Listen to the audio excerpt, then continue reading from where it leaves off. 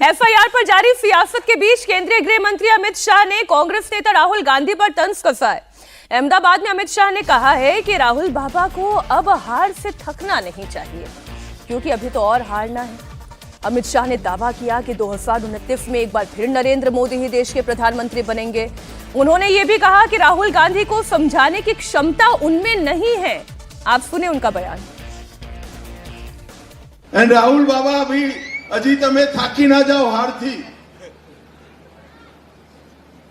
બંગાળ અને તામિલનાડુમાં હારવાનું છે નક્કી કરી નાખ્યું। અને 2029માં પણ ફરીવાર મોદીજીના નેતૃત્વમાં ભારતીય જનતા પાર્ટીની સરકાર। એનું કારણ અમારી પાર્ટીના જે સિદ્ધાંતો જેની સાથે जनता જોડાઈ। અમે રામ મંદિર બનાવીએ તમે વિરોધ કરો, પાકિસ્તાન પર સર્જિકલ સ્ટ્રાઇક કરીએ વિરોધ કરો, એર સ્ટ્રાઇક કરાવીએ વિરોધ કરો, બાંગ્લાદેશી ઘુસપેઠિયા ભગાવીએ વિરોધ કરો, કાશીનું મંદિર નવું બનાવીએ વિરોધ કરો, 370મી કલમ હટાવીએ વિરોધ કરો, ट्रिपल तलाक समाप्त કરી દઈએ તમે વિરોધ કરો, અને કોમન સિવિલ કોડ લાવીએ તો પણ તમે વિરોધ કરો। જનતાને જે ગમે છે એનો તમે વિરોધ કરો છો, ક્યાંથી મત મળે ભાઈ। પરંતુ રાહુલ બાબાને સમજાવવાની ક્ષમતા મારી એ નથી। જેને પોતાના पार्टी वाला ना समझाई सके एना विरोध पक्ष में क्याथी समझाई सके भाई। तंस भी कस दिया और इस तंस में इशारा कहाँ था वो हम आप जानते ही हैं। और केवल विरोध ही नहीं अवधेश जी, जब सीडब्ल्यूसी मीटिंग के बाद राहुल गांधी प्रेस कॉन्फ्रेंस करे थे तो उन्होंने एक ही बात कही। मैं सोच रही थी वो कांग्रेस पार्टी पर बोलेंगे, वर्किंग कमेटी पर बोलेंगे, कांग्रेस के संगठन पर बोलेंगे, लेकिन राहुल गांधी ने क्या किया? सिर्फ विरोध वाली राजनीति। उन्होंने वीबीजी राम जी पर बोला, पार्टी पर कुछ नहीं बोला। देखिए, जो कुछ अमित शाह जी ने कहा है उसके पहले मैं एक लाइन की टिप्पणी कर दूं कि उत्तर प्रदेश में जिनका निशाना था उन मतदाताओं के भी नाम हटे हैं। आपके टेलीविजन ने ही दिखाया है कि कई जगह तो एसआईआर के बाद मोहल्ले खाली हो गए यूपी में, और ऐसे लोग भी जो है भागे और घुसपैठिए सामने आए।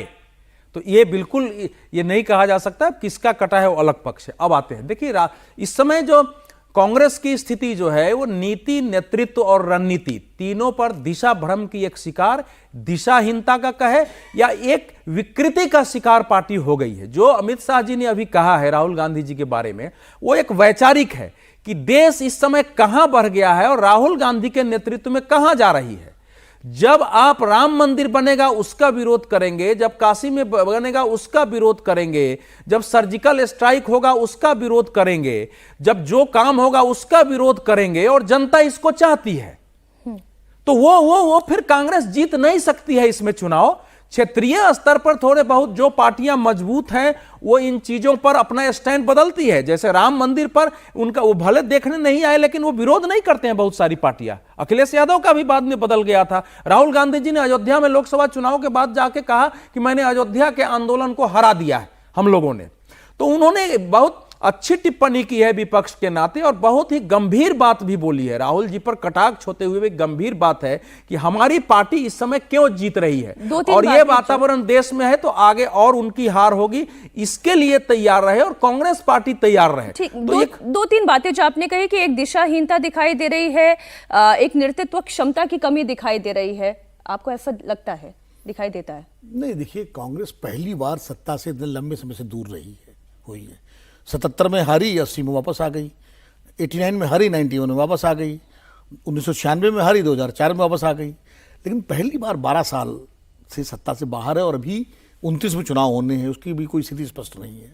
तो निश्चित रूप से कांग्रेस के कार्यकर्ताओं में, उनके बीच में एक निराशा का वातावरण तो है।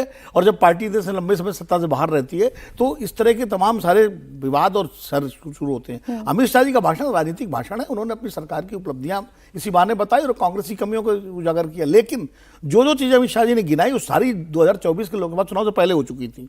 उसके बावजूद लोकसभा चुनाव में 240 पे क्यों आ गए? अगर ये सारी बातें थी 240 पे आ गए ना आप। उत्तर लेकिन सर, आप उम्मीद नहीं, ये करते सारे हैं जो कि काम गिनाए उन्होंने, ट्रिपल तलाक, राम मंदिर, एयर स्ट्राइक, सर्जिकल स्ट्राइक, 370, सब 2024 से पहले के काम है, अब फिर भी 240 पे आ गए।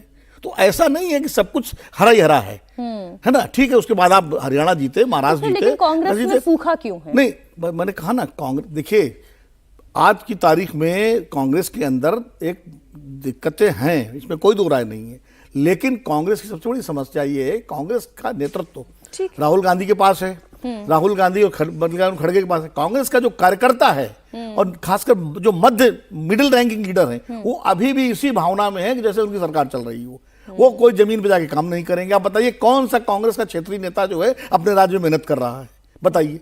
जबकि बीजेपी के नेता मेहनत करते हैं। एक समय कांग्रेस के नेता थे, राजशेखर रेड्डी ने मेहनत की, आंध्र प्रदेश में सत्ता में ले लेकिन आए। दिग्विजय सिंह ने भी तो बोला ना कि आप दिग्विजय अध्यक्ष तो बना सिंह- दें, अब लेकिन दिग्विजय- नीचे के लेवल दिग्विजय के सिंह जी- संगठन में दिग्विजय परेशानी सिंह है। जी जब मध्य प्रदेश के चीफ मिनिस्टर थे तब पार्टी कितनी बुरी तरह हारी थी, ये भी तो ध्यान रखना चाहिए ना। 2003 में सफाई हो गई थी कांग्रेस, 10 साल शासन ये तो रहने के बाद। प्रॉब्लम केवल ऊपर के नेतृत्व में नहीं है, नीचे भी के नेतृत्व में है। अमित शाह जी को बोलने का अवसर स्वयं कांग्रेस के अंदर नहीं, जो वो इस तो समय ठीक है, बोलते हताशा ही के हैं। बयान आ रहे हैं, ठीक। उन्होंने बताया है कि मैंने भाई कहा कांग्रेस हताशा नहीं इसीलिए समझा है। पा रही है।